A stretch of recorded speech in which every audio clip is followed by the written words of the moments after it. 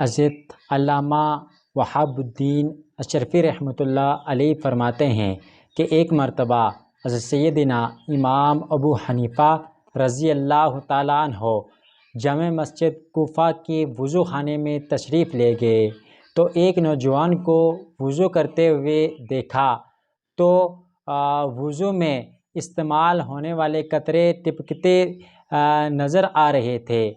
تو حضرت سیدنا امام ابو حنیفہ رضی اللہ تعالیٰ عنہ نے اس سے فرمایا کہ اے بیٹے، تو ماں باپ کی نافرمانی سے توبہ کر لے۔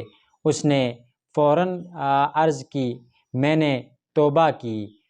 پھر دوسرے شخص کی طرف دیکھا تو وضو میں استعمال ہونے والے پانی کے قطرے ٹپکتے دیکھے تو اس سے فرمایا کہ اے میرے بھائی، تو زنا سے توبہ کر لے۔ تو اس شخص نے فرمایا کہ میں نے توبہ کر لی۔ پھر تیسرے شخص کی طرف دیکھا تو وضو میں استعمال ہونے والے پانی کے قطرے ٹپکتے دیکھے تو اس سے فرمایا اے میرے بھائی، تو شراب نوشی اور گانے باجے سے توبہ کر لے۔ اس نے فوراً عرض کی میں نے توبہ کر لی۔ حضرت سیدنا امام ابو حنیفہ رضی اللہ تعالیٰ عنہ کشف کے باعث لوگوں کے عیوب ظاہر ہو جاتے تھے۔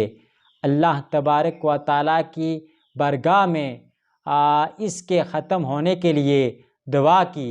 اللہ تبارک و تعالیٰ نے آپ کی دعا قبول کی، جس سے لوگوں کے عیوب ظاہر ہونا بند ہو گئے۔ اللہ تبارک و تعالیٰ سے دعا ہے کہ اللہ تعالیٰ ہم سب کو وضو کرنے کا صحیح طریقہ عطا فرمائے۔ وما علینا الا البلاغ المبین۔